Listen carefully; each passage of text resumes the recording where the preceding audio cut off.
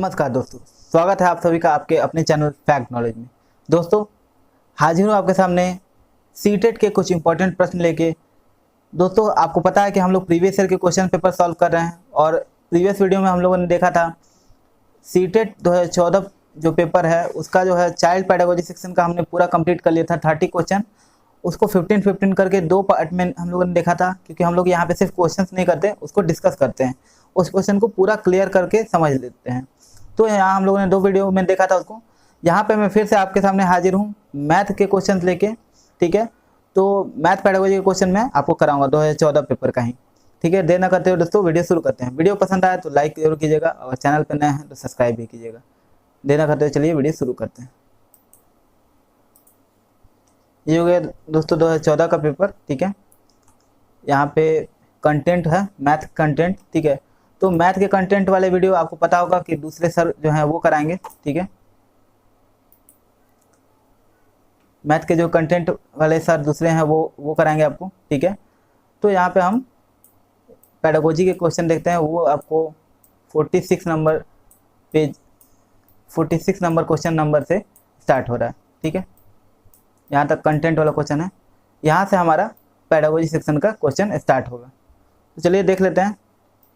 पहला क्वेश्चन है हमारा 46 नंबर का। राष्ट्रीय पाठ्यचर्या की रूपरेखा 2005 के अनुसार प्राथमिक स्तर पर संख्याओं उन पर संक्रियाओं मात्राओं का मापन आदि का शिक्षण डैश देकर ऑप्शन है गणित शिक्षण के संकीर्ण उद्देश्यों को पूरा करता है। ऑप्शन बी है गणित शिक्षण के उच्च उद्देश्यों को पूरा करता है। ऑप्शन नंबर 3 है बच्चे की चिंतन प्रक्रिया को गणितीकरण के उद्देश्यों को पूरा करता है। ऑप्शन नंबर 4 है महत्वपूर्ण गणित शिक्षण के उद्देश्यों को पूरा करता है। तो आंसर हमारा हो जाएगा ऑप्शन नंबर 2, यानी गणित शिक्षण के उद्देश्यों को पूरा करता है। अब इसको जरा हम लोग डिस्कस कर लेंगे कि राष्ट्रीय पाठ्यचर्या की जो रूपरेखा है 2005, इस पर मैंने आपको वीडियो बना के दिया हुआ है, तो आपको प्रॉब्लम नहीं होती होगी इससे जो भी प्रश्न होते हैं। इसके अलावा आपको जितने इंपॉर्टेंट क्वेश्चन जो बन सकते थे वो मैंने आपको कराया है। तो आप अगर आपको समझ नहीं आ रहा है या क्वेश्चन में प्रॉब्लम हो रही है तो आप जाके एक बार वो वीडियो जा करके एक बार एनसीएफ वाले वीडियो देख लेंगे। ठीक है, तो राष्ट्रीय पाठ्यचर्या की रूपरेखा के अनुसार प्राथमिक स्तर पर जो संख्या उन पर जो क्रियाएं होती हैं संक्रियाएं होती हैं, ठीक है, क्वेश्चन बनते हैं उन और मात्राओं का जो मापन वगैरह होता है उसका शिक्षण जो है क्या करता है, उसका क्या उद्देश्य है। तो गणित का शिक्षण जो है वो उसके उच्च उद्देश्य को पूरा करता है। यानी कि हम लोग जो एनसीएफ 2005 के अनुसार जो हम लोग संख्या पर संक्रिया कराते हैं, मात्राओं का मापन वगैरह कराते हैं, ठीक है, उससे हम लोग का गणित शिक्षण के उच्च उद्देश्य का पूर्ति होता है। यानी कि जब हम लोग आगे कक्षा में जाएंगे तो उसके लिए हेल्प मिलेगा। ठीक है, अगला प्रश्न है हमारा 47 नंबर का। अगला प्रश्न हमारा यह प्रतिक्रिया यहाँ प्रश्न कक्षा 3 में एक शिक्षक शिक्षार्थियों को 4562 और 728 का योग करने के लिए कहता है। एक शिक्षार्थी प्रश्न के उत्तर में निम्न प्रकार से प्रतिक्रिया करता है, ये जोड़ता है। ठीक है, और यह प्रतिक्रिया दर्शाती है कि बच्चे में डैश की कमी है। ठीक है, इसकी पीडीएफ आपको मिल जाएगी टेलीग्राम पे। ठीक है, आपको इसकी पूरी पीडीएफ आपको टेलीग्राम पे मिल जाएगी। ठीक है, अदरवाइज आप ऑनलाइन भी सर्च करके डाउनलोड कर सकते हो, या फिर आपको हमारे Telegram fact knowledge Telegram download कीजिए, फैक्ट नॉलेज वहाँ सर्च कीजिए और चैनल को ज्वाइन कीजिए, आपको सारे पीडीएफ वहीं पे उपलब्ध होती है। तो ये यहाँ पे देख लेते हैं हम लोग।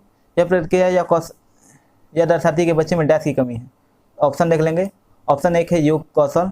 ऑप्शन बी है स्थानीय मान की अवधारणा। ऑप्शन सी है पुनः समूहीकरण के द्वारा योग के कौशल। ऑप्शन डी है योग के सही क्रम की अवधारणा। तो इसका आंसर हो जाएगा बी, यानी कि स्थानीय मान की अवधारणा। इसका जो है यह कमी है बच्चे में।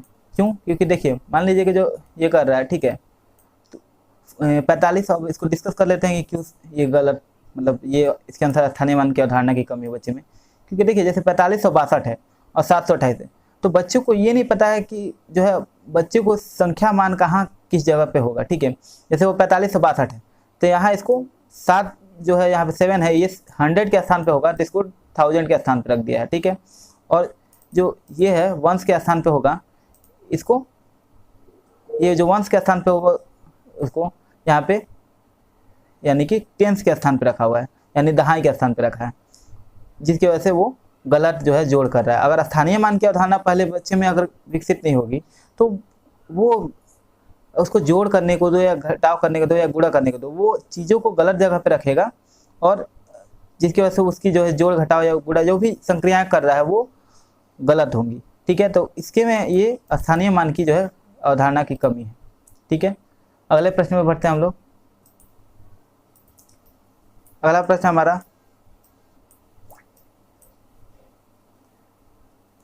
हमारा कक्षा 4 की पाठ्य पुस्तक से दी गई निम्नलिखित समस्याओं में से कौन सी बहु अनुसंधानात्मक समस्या की ओर संकेत करती है। ऑप्शन है हमारे ऑप्शन ए यानी 1 नंबर, भारत के झंडे का आरेख बनाइए और झंडे में सममिति रेखाओं की संख्या की पहचान कीजिए। ऑप्शन नंबर बी है, दी गई आकृति की दर्पण छवि यानी प्रतिबिंब का आरेख बनाइए। ऑप्शन नंबर 3 है यानी सी है कि दी गई आकृति में कितनी सममिति रेखाएं हैं। ऑप्शन नंबर डी यानी 4 है, किसी भी दी गई ज्यामितीय आकृति से एक सममिति रेखा खींचिए यानी खींचना। तो इसमें से सही आंसर क्या हो जाएगा इसका? देखिए पाठ्य ये क्या कह रहा है कि बहु अनुसंधानात्मक समस्या की ओर संकेत करती है, कौन सही है।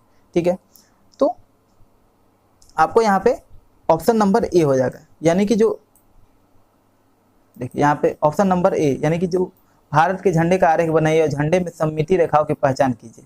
ठीक है, ये हो गया बहु अनुसंधानात्मक समस्या। क्यों? क्योंकि इससे आपको बहुत सारे मल्टी डायमेंशनल जो है आपको कार्य होंगे। क्यों?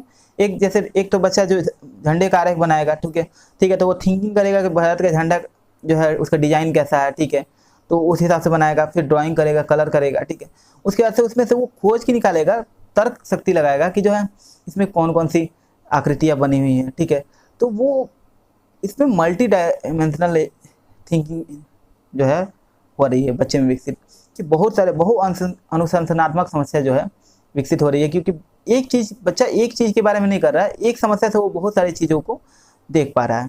ठीक है, सीख पा रहा है। तो ये इस प्रश्न से ऐसे आंसर होगा। अगला प्रश्न पे बढ़ते हैं हम। अगला प्रश्न हमारा, निम्न ग्रिड वर्गाकार कागज पे जो है खींचा गया है। ठीक है, आप देख रहे होंगे स्क्रीन पे। यह निरूपण किसकी ओर संकेत करता है? ठीक है, ऑप्शन है हमारा ए, गिनतारा अबेकस पर संख्याओं की स्थिति। ऑप्शन नंबर 2 है स्थानीय मान की अवधारणा। ऑप्शन नंबर 3 है दहाई की और इकाई की तुल्यता। ऑप्शन नंबर डी है गणितीय खेल। तो इसका आंसर हो जाएगा जो है हमारा, इसका जो है हमारा आंसर हो जाएगा ऑप्शन नंबर बी, यानी कि 2 नंबर आंसर, स्थानीय मान की अवधारणा। क्यों? देखिए क्या है कि जैसे यहाँ पे ये किया गया। ठीक है, वर्गाकार कागज पे जो ग्रिड खींचा गया। ठीक है, अब इसमें हम लोग ये ओ लिखा है यानी वंस, ये टी लिखा है यानी टेंस, यहाँ एच लिखा है यानी 100, ये लिखा है 1000। तो 1 में आपको एक डॉट दिया गया है। ठीक है, तो ये वंस को दर्शा रहा है। ये जो है वर्गाकार में टेंस के आगे डॉट डॉट दिया गया है, टेंस को दर्शाएगा। फिर अगर कोई और वर्गाकार अगर बनाया हो और उसमें ऐसा किया हो तो 100, फिर यहाँ 1000। तो ये चीज़ें आपको क्या सिखा रही हैं कि स्थानीय मान जो है वो दर्शा रही हैं। ये वर्गाकार कागज पे जो खींचा गया है, ग्रिड बनाया गया है, ये वंस टेंस हो गया। तो इसके बारे में आपको ये अवधारणा सिखा रही है। तो स्थानीय मान की अवधारणा के बारे में ये दर्शा रहा है। ठीक है, ऑप्शन नंबर बी। अगले प्रश्न में पढ़ेंगे। अगला प्रश्न हमारा, प्राथमिक स्तर के बच्चे की दी गई आकृतियों पर उनकी दिखावट के आधार पर वर्गीकृत करने के योग्य हैं। वेन हाइल के अनुसार वे ज्यामिति के डैश पर हैं। ऑप्शन है हमारा मानसिक चित्रण स्तर। ऑप्शन बी है विश्लेषणात्मक स्तर। ऑप्शन सी है अनौपचारिक निगमन स्तर। ऑप्शन डी है अनौपचारिक निगमन स्तर। इसका आंसर हो जाएगा हमारा मानसिक चित्रण स्तर। ठीक है, ये थियोरेटिकल क्वेश्चन है, इसमें समझने जैसा कुछ नहीं है। ये आपको सीधे सीधे याद कर लिए हैं, याद आएगा तो बनाइएगा, वरना निकल जाइए। ठीक है, और एक चीज़ मैं आपको सीटेट में एक चीज़ आपको करने का सबसे बेस्ट तरीका बता रहा हूँ। ठीक है, आपको सीटेट आपका ऐसे प्रश्न देता है कि आपको टाइम कंज्यूमिंग क्वेश्चन हो, 2.5 घंटे का समय आपको मिलता है, लेकिन आपसे प्रश्न ऐसे पूछे जाएंगे कि आप जैसे उसी में वेस्ट कर दोगे टाइम। मतलब कि आप क्वेश्चन सॉल्व कर रहे हो, नहीं समझ में आ रहा है, आप उसी में लगे हो। मैथ का ही मान लीजिए सॉल्व कर रहे हो, तो आपको अगर आंसर नहीं आ रहा है तो आप लगे हो। ऐसे नहीं है, क्वेश्चंस को अपने ईगो पे नहीं लेना है कि मैंने तो पढ़ा था सर मैंने तो पढ़ा था, पूरा प्रैक्टिस किया था, अगर आखिर बन क्यों नहीं रहा है इसका आंसर, या मुझे याद क्यों नहीं रहा है। टाइम नहीं वेस्ट करना, ठीक है। अगर आप से बन रहा है 30 सेकंड में क्वेश्चन बना, ठीक है, या फिर अगर पेडागोजी का क्वेश्चन है तो 1 मिनट से ज़्यादा समय नहीं देना है, किसी भी हालत में 1 मिनट से ज़्यादा समय नहीं देना है, क्योंकि सीटेट का पूरा आप देखोगे तो 1 मिनट पर क्वेश्चन पे आपको दिया गया है। अगर आप ज़्यादा समय लगा रहे हो तो आप अपना टाइम जो है वेस्ट करोगे, क्योंकि कुछ क्वेश्चन ऐसे होते हैं जो ज़्यादा टफ क्वेश्चन हो जाते हैं, तो उसमें आपको समय देना ही पड़ेगा आपको, ठीक है। अब आप क्या है, जैसे पैसेज पढ़ना हो, पैसेज वगैरह में तो आपको एक्स्ट्रा टाइम लगेगा, क्योंकि पैसेज पहले पढ़ो, ठीक है, फिर क्वेश्चन पढ़ो, फिर उसके बाद से आप क्वेश्चन को पैसेज में ढूंढोगे, फिर ढूंढ करके तो आंसर लगा करके टिक मारोगे, ठीक है। उसके अलावा आपको 2.5 घंटा के समय में आपको क्वेश्चन सॉल्व भी करना है और OMR भी भरना है, तो इसकी भी प्रैक्टिस आपको करनी पड़ेगी। तो इसके लिए आपको टाइम ज़्यादा नहीं लगा सकते। अगर आपसे क्वेश्चन कोई नहीं बन रहा है तो वो आप बढ़िया आ गए, ठीक है, बढ़िया आ गए, और लास्ट में उस क्वेश्चन को सॉल्व करेंगे, ठीक है। लास्ट में मतलब ये नहीं कि लास्ट में जल्द कर देंगे, आपको टाइम ड्यूरेशन लेकर चलना है। इसलिए मैं बोलता हूँ, ठीक है, कि कभी भी आप जो है ये नहीं कि घर पे प्रैक्टिस सेट बना रहे हैं तो 2.5 घंटा लेकर चल रहे हैं, प्रैक्टिस सेट सॉल्व कर रहे हैं, नहीं, 1.5 घंटा से 1 मिनट टाइम ज़्यादा नहीं लेंगे। घर पे प्रैक्टिस सेट सॉल्व करना है तो आपको उसी का आदत बनाना है कि 1.5 घंटा में मुझे प्रैक्टिस सेट सॉल्व करना है। आपको अगर सर कि 1 घंटा 1.5 घंटा में प्रैक्टिस सेट सॉल्व कैसे होगा, बिल्कुल होगा। और मैं जब तैयारी करता था अपने समय तो मैं खुद 1.5 घंटा में प्रैक्टिस सेट सॉल्व करता था। शुरू में मुझे परेशानी होती थी, लेकिन बाद में धीरे धीरे आदत हो गया और मैं कर पाता था। उसके बाद से प्रैक्टिस सेट सॉल्व करने के बाद से आप धीरे धीरे आप मान लीजिए कि आपका क्या होगा, ज़्यादा सारा क्वेश्चन छूटेगा। आप घर प्रैक्टिस सेट सॉल्व कर रहे हो, आदत बनाओगे, फिर इसके मान लीजिए कि पहले दिन आपने प्रैक्टिस सेट सॉल्व किया, 150 क्वेश्चन है, आप सॉल्व कर रहे हो, लास्ट टाइम में आपके पास समय नहीं बचा, ठीक है, तो क्वेश्चन छोड़ना नहीं है, आप क्वेश्चन कोई भी छोड़ना नहीं है। एक चीज़ और ध्यान रखना है कि क्वेश्चन छोड़ना नहीं, चाहे आप प्रैक्टिस सेट सॉल्व ही क्यों ना कर रहे हो। ये मेरा तरीका है, बाकी और यूट्यूबर क्या बोलते हैं या और लोग क्या आपको सजेस्ट करते हैं ये नहीं बता, मैं श्योर सेट तरीका यही बता रहा हूँ, मैंने जिस तरीके से किया है। अब आप प्रैक्टिस सेट सॉल्व कर रहे हो तो आपको क्वेश्चन सॉल्व करने का आदत लगाना है। मान लीजिए कि आप क्वेश्चन सॉल्व कर रहे हो, आपने 120 क्वेश्चन सॉल्व किया, 30 क्वेश्चन रह गए, या फिर 140 क्वेश्चन सॉल्व किया, 10 क्वेश्चन रह गए, आपका 1.5 घंटा कंप्लीट होने वाला है, तो ये नहीं कि थोड़ा सा टाइम खींच ले रहे हैं, नहीं, या फिर आपने क्वेश्चन छोड़ दिया, नहीं। आपको क्या करना है कि उन 10 क्वेश्चन को अपने हिसाब से जैसे जल्दी जल्दी में आप करोगे, एग्जाम में एग्जाम समझ के ही देना है, जैसे जल्दी जल्दी लगाओगे, टिक लगा सकते हो, लगाओ, ठीक है।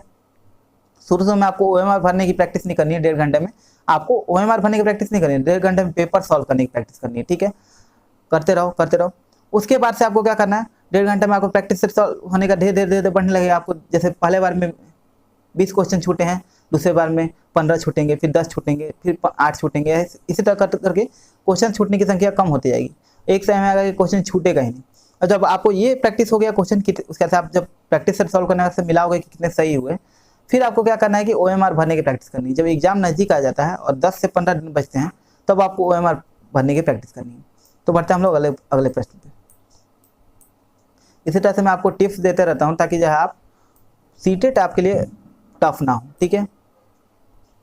अगले प्रश्न में पढ़ेंगे। अगला प्रश्न है हमारा, हस्तपरक प्रतिमान, स्थिर चित्र और लिखित प्रतीक, मौखिक और लिखित भाषा, वास्तविक संसार की स्थितियाँ अथवा संदर्भ को डैश दर्शाने के लिए 5 तरीके हैं। ऑप्शन है गणितीय चिंतन एवं विचार, ऑप्शन बी है ज्यामितीय प्रमाण, ऑप्शन सी है गणित की पाठचर्या, ऑप्शन डी है गणितीय शब्द भंडार। तो इसका आंसर हो जाएगा हम लोग का गणितीय चिंतन एवं विचार, यानी कि ऑप्शन नंबर ए। ये भी थियोरेटिकल क्वेश्चन है, हम लोग जो डिस्कस करने वाला क्वेश्चन है उसको हम लोग डिस्कस करते हैं, ठीक है, ताकि आप लोग वो अवधारणा को समझ पाओ, ठीक है।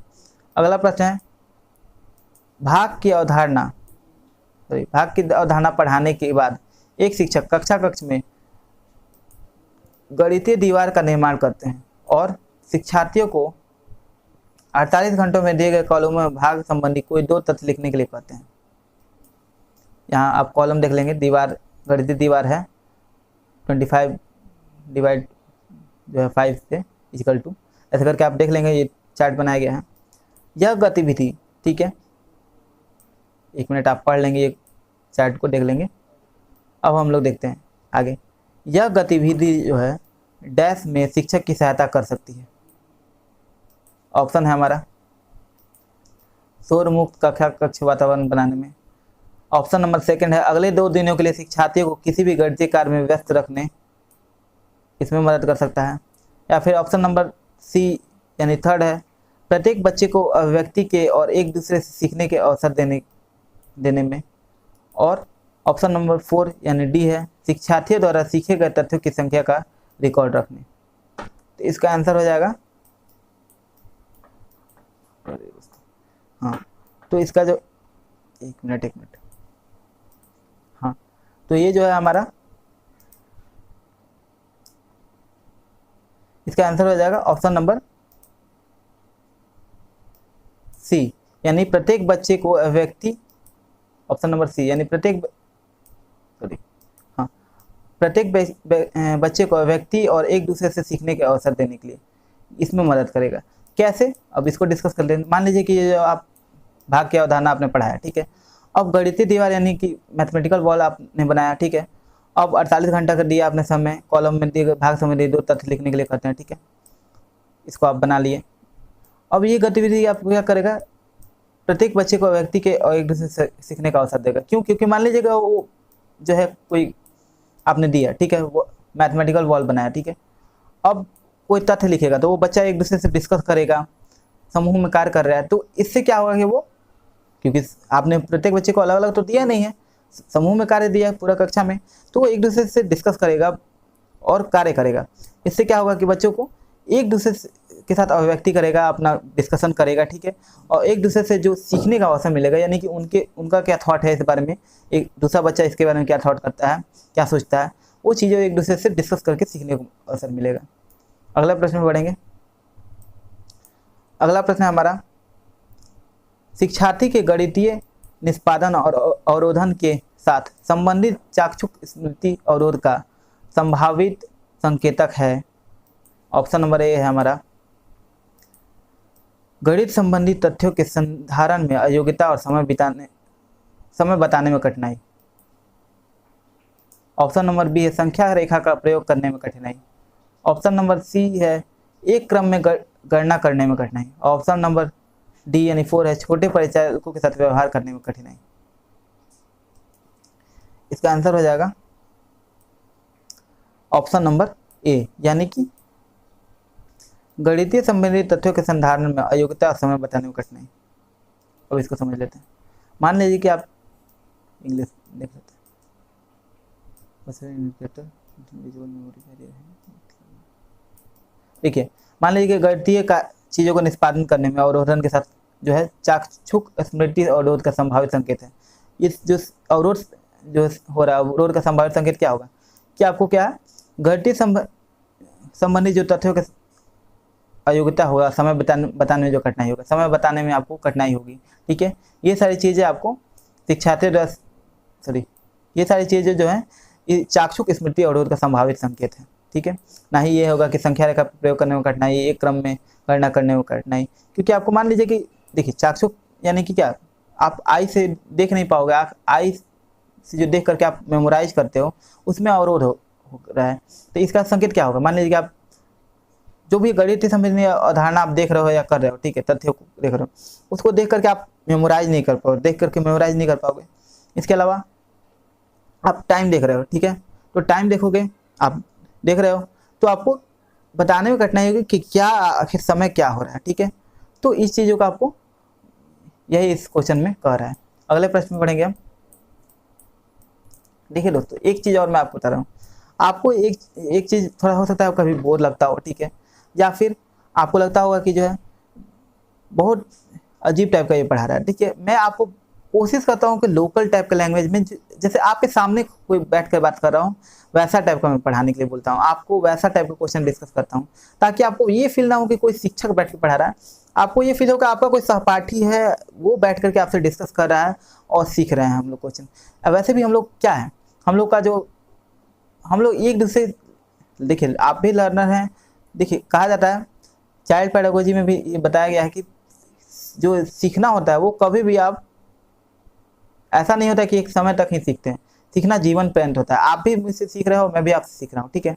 मैं भी ये चीज़ें पहली बार कर रहा हूँ, यूट्यूब पे पढ़ाना मैं पढ़ाता नहीं हूँ।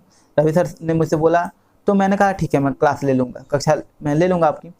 तो मैं ये सारी चीज़ें यूट्यूब पे पहली बार पढ़ा रहा हूँ, यानी ये सारी चीज़ें मैं पहली बार सीख रहा हूँ, ठीक है। यूट्यूब पे पढ़ाना वगैरह सर पढ़ाते हैं, वो काफ़ी अच्छा क्लास लेते हैं, लेकिन मैं जो है ये मेरा प्रोफेशन नहीं है ना। मैं तो पढ़ाता हूँ लेकिन मैं ऑनलाइन कक्षाएं नहीं लेता हूँ। तो ये चीज़ें मुझे पहली बार सीखने का अवसर मिल रहा है और आपको भी देखने का मिल रहा है। तो मैं आपसे इस तरह डिस्कस करता हूँ ताकि आपको लगे कि आपका कोई सहपाठी या आपका कोई मित्र बात कर रहा है, ताकि आपको मेमोराइज करने में आसानी ना हो। वो चीज़ें रिलेट करके मैं बताने की कोशिश करता हूँ। चलिए अगले प्रश्न पढ़ते हैं। अगला प्रश्न हमारा, एक शिक्षक, हाँ कोई एक चीज़ और, अगर आपको कोई सुझाव हो तो आप कमेंट करके बताइए कि मुझे मैं अगर कोई कमी रह रही है मेरे समझाने में, तो ये सब चीज़ आप कमेंट करके बताओगे तो मैं अपने में इंप्रूवमेंट करने की कोशिश करूँगा। आप लोग कुछ बताओगे नहीं कमेंट करके तो मुझे कैसे पता चलेगा कि आखिर मुझे मेरे पढ़ाने में, मेरे समझाने में कहाँ कमी रह जा रही है, ठीक है। आपके सुझाव का स्वागत है। तो अगला प्रश्न हमारा, एक शिक्षक कक्षा 3 में निम्नलिखित कार्डों का वितरण करता है और बच्चों को समान आकृतियों का मिलान करने के लिए कहता है, ठीक है।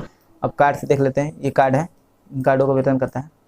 इस खेल का जो है उद्देश्य है, ऑप्शन हमारा कक्ष के वातावरण को व्यस्त और आनंददायक बनाना। ऑप्शन नंबर बी है विभिन्न अभिविन्यासों में समान आकृतियों की पहचान करने में बच्चों की मदद करना। ऑप्शन नंबर थर्ड है आँख हाथ के समन्वय को बढ़ाना। और ऑप्शन नंबर डी है समानता और सर्वसमता के अवधारणा को विकसित करना, ठीक है। तो इसका आंसर हो जाएगा ऑप्शन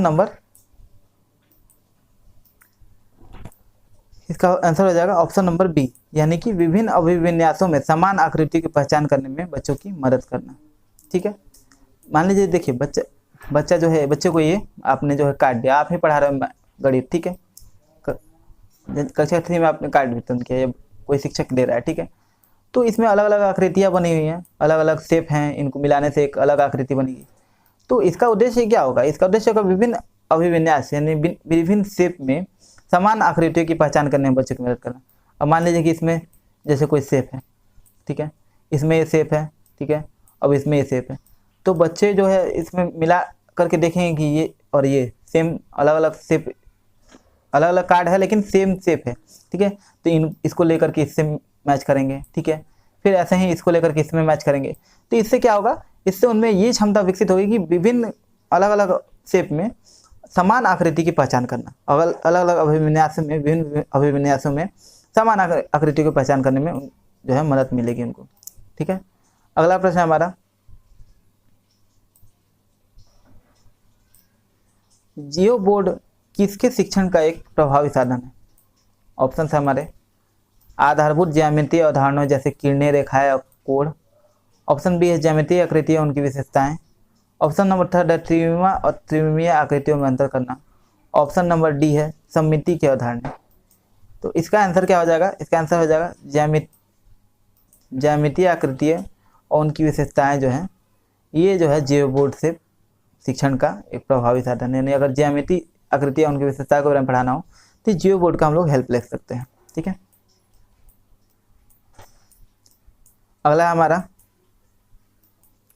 अगला प्रश्न हमारा हो जाएगा, कक्ष में गणितीय भाषा में निपुणता को निम्नलिखित क्रम में समस्याओं को प्रदर्शित करने के द्वारा बढ़ाया जा सकता है। ऑप्शन है हमारे, ऑप्शन ए रोजमर्रा की भाषा और डैश देके गणितीय स्थिति की भाषा। ऑप्शन नंबर थर्ड है गणितीय समस्या की समाधान की भाषा। गणितीय समस्या समाधान की भाषा और डैश देके प्रतीकात्मक भाषा, ठीक है। ये ऑप्शन ए हो गया। ऑप्शन नंबर बी हो गया प्रतीकात्मक भाषा, डैश देके गणितीय समस्या समाधान की भाषा, ठीक है। ऑप्शन नंबर थर्ड है इसका डैश देके आ गए गणितीकरण स्थिति भाषा और डैश देके रोजमर्रा की भाषा। ऑप्शन नंबर थर्ड है रोजमर्रा की भाषा, डैश देके गणितीय समस्या समाधान की भाषा, डैश देके गणितीकरण स्थिति भाषा। ऑप्शन लास्ट है प्रतीकात्मक भाषा। इसी तरह से ऑप्शन नंबर 4 है गणितीय समस्या समाधान की भाषा, और डैश देके गणितीकरण की स्थिति भाषा, और अगला डैश देके रोजमर्रा की भाषा। ठीक है, तो ये आपको कंफ्यूज करने के लिए इसका आंसर क्या हो जाएगा, ऑप्शन नंबर ए, यानी कि रोजमर्रा की भाषा। ठीक है, गणितीकरण की स्थिति भाषा, गणितीय समस्या समाधान की भाषा और प्रतीकात्मक भाषा। ठीक है, ये इसका आंसर हो जाएगा। अगले प्रश्न में बढ़ते हैं। 57 नंबर का क्वेश्चन है दोस्तों। पूरे पेडागोजी के 15 क्वेश्चन आते हैं। मैंने आपको पूरा पैटर्न आपसे डिस्कस किया था कि 30 में आपको 15 तो कंटेंट के आएंगे मैथ के, और 15 आपको पेडागोजी के क्वेश्चन आएंगे। ठीक है, तो मैथ पेडागोजी, पहले आप पेडागोजी पे आपने पकड़ बना लिया, तो मैथ पेडागोजी थोड़ा सा आपसे अलग होगा, थोड़ा सा अलग होगा। आपने वही सूत्र नियमों को कैसे पिरोना है, ये सारी चीज़ें आपको देखना होगा। कहाँ कहाँ किस चीज़ों को, जैसे जियो बोर्ड का उपयोग कहाँ करना है, या बाकी टीएलएम का उपयोग कहाँ करना है, ये सारी चीज़ें। अगला हमारा प्रश्न है 57। गणित में प्रक्रमण संबंधी प्रभावपूर्णता का अर्थ है नियमों, सूत्रों और कलन विधियों, कलन गणित का ज्ञान होना, और परिशुद्धता, लचीलेपन और निपुणता के साथ उनका क्रियान्वयन करना। गणित में लचीलापन डैश की ओर संकेत करता है। ऑप्शन है हमारा ऑप्शन नंबर 1, समान प्रकरण से विभिन्न प्रकार की समस्याओं का समाधान करने की योग्यता। अगला है हमारा ऑप्शन समान निपुणता के साथ अंकगणित और ज्योमेट्री समस्याओं का समाधान करने की योग्यता।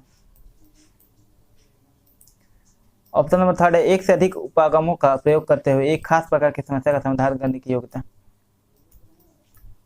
ऑप्शन नंबर डी है परिशुद्धता के साथ समस्याओं का समाधान करने और सभी चरणों को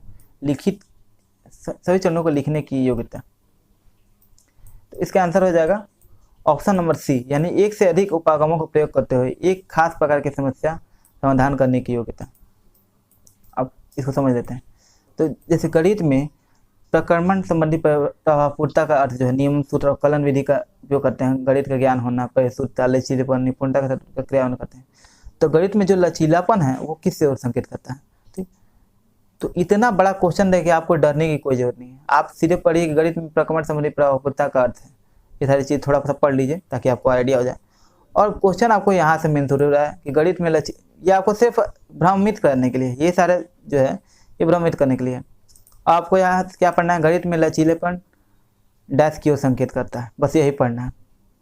तो इसका आंसर हो जाएगा, सॉरी दोस्तों, इसका आंसर हो जाएगा, कर्सर सही से काम नहीं कर रहा, हाँ, इसका आंसर हो जाएगा ये सी, यानी एक से अधिक उपागमों का प्रयोग करते हुए खास प्रकार की समस्या समाधान करने की योग्यता है। यानी लचीलेपन का क्या अर्थ है कि एक से अधिक उपागमों का प्रयोग करते हैं, यानी कि बहुत सारे, कोई एक चीज़ में रिजिड नहीं होना है, यानी फिक्स नहीं होना है कोई एक चीज़, एक से अधिक उपागमों का प्रयोग कीजिए, ठीक है, लेकिन एक खास प्रकार की समस्या का समाधान करने की योग्यता आपके अंदर विकसित करना, यही है लचीलापन। ठीक है, गणित में लचीलापन होना। अगला प्रश्न हमारा 58 नंबर, ठीक है, कि एक बच्चा मानसिक रूप से 27 + 38 को 65 के रूप में परिकलित करता है, यानी गणना करता है। जब उसे योग करने के अपने तरीके के बारे में व्याख्या करने के लिए कहा गया तो उसने प्रतिक्रिया के रूप में कहा कि वो 38 और 40 के नज़दीक है, इसलिए 27 + 40 कोमा देकर 67 है। तो मैंने 65 को प्राप्त करने के लिए 2 घटा दिए। यह योग करने की युक्ति डैश है। ऑप्शन है हमारा ए प्रत्यक्ष प्रतिरूपण, ऑप्शन नंबर बी है पुनः समूहीकरण, ऑप्शन नंबर 3 है प्रतिकारी, ऑप्शन नंबर डी है समृद्धि कारक। तो हमारा इसका आंसर हो जाएगा सी, यानी प्रतिकारी। ये हमारा आंसर हो जाएगा प्रतिकारी। ठीक है, अगले प्रश्न में पढ़ेंगे हम।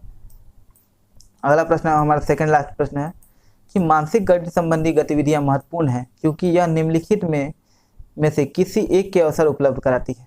ठीक है, तो इसका ऑप्शन हो जाएगा मानसिक संगणना संबंधी प्रक्रिया का विकास, क्योंकि शिक्षार्थी तेज गति से संख्याओं के परिकलन के बीच संबंधों की पहचान करने की कोशिश करते हैं।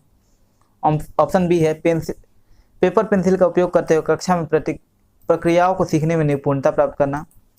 ऑप्शन नंबर सी यानी थर्ड है कलन विधि एल्गोरिथम को सीखने में निपुणता प्राप्त करना और कम समय में अधिक संख्या में समस्या का अभ्यास करना। ऑप्शन नंबर डी है परिकलन में परिशुद्धता के साथ उनकी गति को बढ़ाने और परीक्षाओं में उनके निष्पादन में सुधार करने में मदद करना। तो इसका आंसर हो जाएगा हमारा,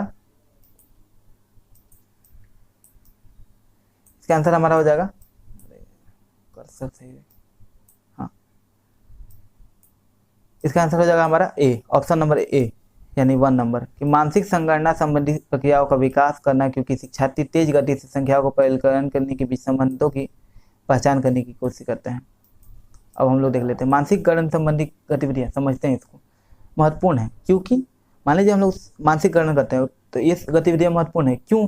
क्योंकि ये मान लीजिए अवसर उपलब्ध कराता है कि मानसिक गणना करते हैं, मानसिक संगणना करते हैं तो इससे संबंधित जो प्रक्रिया का विकास होता है, क्योंकि ये जरूरी है, क्योंकि शिक्षार्थी तेज गति से जो मान लीजिए माइंड में गणना कर रहा है, गणना करने के लिए हम दिमाग में गणना कर रहा है, ठीक है, तो इससे क्या होता है तेज गति से संख्याओं के परिकलन के बीच जो है संबंधों की पहचान करने की कोशिश करता है, ठीक है, क्योंकि वो मान लीजिए कि जैसे प्लस माइनस के बीच संबंध वो दिमाग में ही कैलकुलेट कर रहा है। अगर हम लोग, जरूरी तो है हम लोग पेपर पेंसिल से करा रहा है, ठीक है, लेकिन क्या है हम लोग दिमाग में अगर बच्चे को करने देंगे तो एक तो ये क्षमता होगा, मानसिक संगणना संबंधी प्रक्रियाओं का विकास होगा, क्योंकि जब शिक्षार्थी जब मानसिक रूप से कैलकुलेट कर रहा था, मान लीजिए दिमाग में ही वो सॉल्व कर रहा है, तो जो भी परिकलन के बीच संबंध है, ठीक है, कहाँ प्लस से माइनस से डिवाइड वगैरह करना, वो उसका अपना ही पहचान करने की कोशिश करता है, वो कि कहाँ प्लस करना है, कहाँ माइनस करना है, कहाँ कैलकुलेट करना है, ये सारी चीज़ें वो उसके अंदर विकसित होंगी।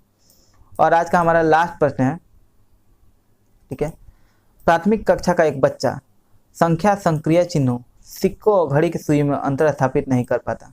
यह तथ्य इंगित करता है कि बच्चे को निम्नलिखित में से किस प्रक्षेत्र में समस्या है। ऑप्शन है श्रवण संबंधी, ऑप्शन बी है प्रक्रिया संबंधी, ऑप्शन सी है दृश्य प्रक्रमण संबंधी, ऑप्शन डी है भाषा प्रक्रमण संबंधी। तो इसका आंसर हो जाएगा हमारा आंसर जो है दृश्य प्रक्रमण संबंधी।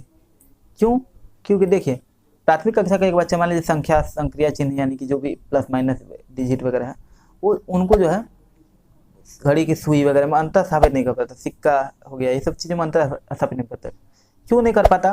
क्योंकि उसको देखने में प्रॉब्लम हो रही है, देख वो समझ नहीं पा रहा है, ठीक है, जो चीज़ मान लीजिए वो एक तो देखने में समस्या हो रही है, ऊपर से जो देख रहा है मान लीजिए कि वो प्लस को इंटू यानी कि जो है जोड़ के चिन्ह को गुणा समझ लेता होगा। तो ये जो है दृश्य प्रक्रमण संबंधी है, ना कि श्रवण स्मृति संबंधी, भाषा प्रक्रमण संबंधी, वो देखने में ही उसको प्रॉब्लम हो रही है, तो ये हो रहा है। तो इसी के साथ हमारा 2014 पेपर का मैथ का जो है पेडागोजी सेक्शन हमारा कंप्लीट हो गया है। आगे हम लोग 2014 के ही ईवीएस या फिर हिंदी और जितने भी सब्जेक्ट्स हैं वो हम लोग लेकर बारी बारी से आएंगे, ठीक है। तो उम्मीद करता हूँ कि आपको वीडियो पसंद आता होगा। वीडियो पसंद आया हो तो लाइक कीजिए, वीडियो को ज़्यादा से ज़्यादा शेयर कीजिए, ठीक है।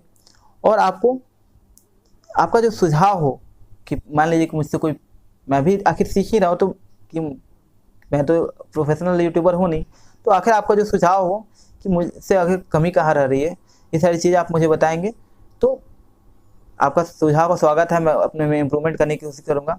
तो आपका कोई सुझाव हो वो कमेंट में बताइए। आपको कोई और टॉपिक वगैरह पे वीडियो चाहिए तो मुझे बताइए। वीडियो पसंद आया हो तो लाइक कीजिए।